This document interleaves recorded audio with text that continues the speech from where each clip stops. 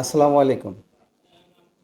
Faridpur committee ক্লাবের পক্ষ থেকে সবাইকে আন্তরিক শুভেচ্ছা ও অভিনন্দন। আসলে তেমন কিছু বলার নেই। আজ বাংলায় কান্নায় জর্জরিত, সবার হৃদয়ে রক্তক্ষরণ হচ্ছে। বাংলাদেশ এখন এক বিশাল ভয়াবহ বন্যার কবলে।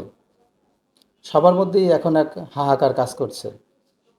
তাই আমরা যে যেভাবে পারি, যে যেখান থেকে যা পারি, যার যতটুকু সামর্থ্য আছে, আমরা সবাই চেষ্টা করি বন্যার্তদের পাশে দাঁড়ানোর জন্য।